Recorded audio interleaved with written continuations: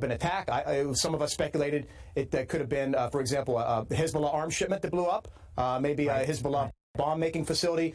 Who knows? And each day we learn. Yesterday I commented that it was looking more like an accident. And it's regrettable that some in the media, not you, but some in the media want to, rather than taking into consideration this great tragedy that fell upon the American people, are trying to draw divisions within the administration between maybe me and the president and others. And it's simply not true. I mean, the fact of the matter is it's a great tragedy. Under the president's leadership, we're going to do everything we can to help the Lebanese people and to do what's right. Yes, and you know, the interesting thing about it, Mr. Secretary, is I learned that these 2,700 tons of the ammonium nitrate was stored in an area where apparently the port officials in Lebanon, and Beirut specifically, kept saying, we want to get it out of here, we want to get it out of here, and they couldn't get a response. And they say that it was initially on a Russian vessel that was then abandoned, which is, you know, adds a lot more intrigue to it. But I guess we'll have to wait and see about that. But certainly the people of Lebanon are in our prayers, and mine especially, since I have family there. But I want to move on to another area where there's a lot of discussion, and that is China. Certainly, our relations with China are certainly not great. You listen to the president, you listen to Secretary of State Pompeo. Certainly, there's a Cold War. But do you think we are readied for something more than just a Cold War?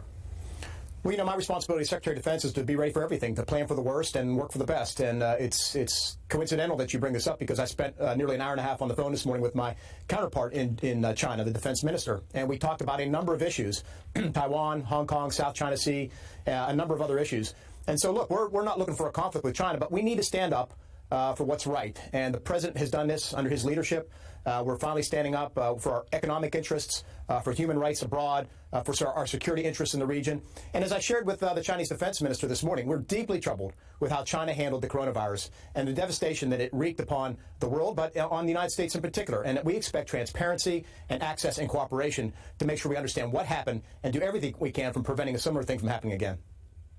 Mr. Secretary, though, it doesn't appear that we are getting that transparency. In fact, it appears that, you know, the more we engage with Taiwan, Hong Kong, the angrier they're getting in China, that it appears that there may be some future problem between the United States and China. The two big issues I have, at least, are this. Number one, China basically doesn't follow international laws, rules, or norms. And number two, they don't fully live up to the commitments they make, whether it's with regard to the Hong Kong and how Hong Kong will be treated, its rights respected under the 1984 agreement or the 1997 handover, or their actions in the South China Sea, which we have deemed their maritime claims to be unlawful. All right, let's talk about Germany then. The withdrawal of 12,000 troops from Germany, initially it appeared that, you know, this was all about Angela Merkel, and that the Russians initially seemed to be happy about it. But then they found out that that the president and you and his direction are moving those troops to other areas in Eastern Europe and in the Baltic area.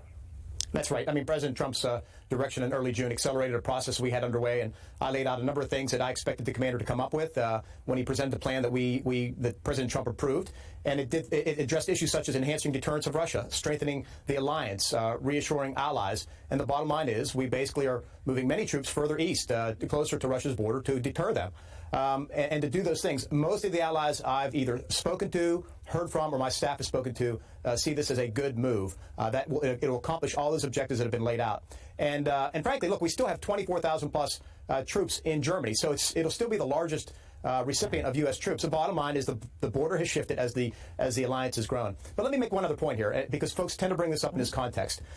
It is important that Germany and other countries pay their fair share. I've said this publicly. I've said it privately. Everybody should pay at least 2%. And other countries, Germany, case in point, should pay more. It is collective security. It is about our collective responsibility to stand up to the Russians and to do others. And I've used that metric across the board when I've spoken to allies and partners in other parts of the world, too. So that's a message we're sending as well, that if we are really going to deter the Russians, they need to live up to those obligations. And by the way, that's the same message that not just this administration, but previous administrations as well have conveyed to our European partners.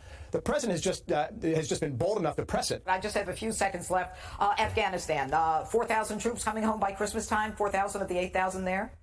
We're going down to a number less than 5,000 by the end of November. We need to brief Congress on what that looks like. As I've said, as Secretary Pompeo has said, others have said, conditions-based. But right now, we think that we can do all the core missions, first and foremost being ensure the United States is not threatened by terrorists coming out of Afghanistan. We can do those at a lower level. And we're going to proceed along that direction as well. And the chain of command, the military chain of command supports that. So we're going to continue this march forward. In the meantime, we see the Afghan peace process. It's not perfect, but it's moving forward slowly. You know, it's a windy road. It's a rough road, but they're making progress each and every week.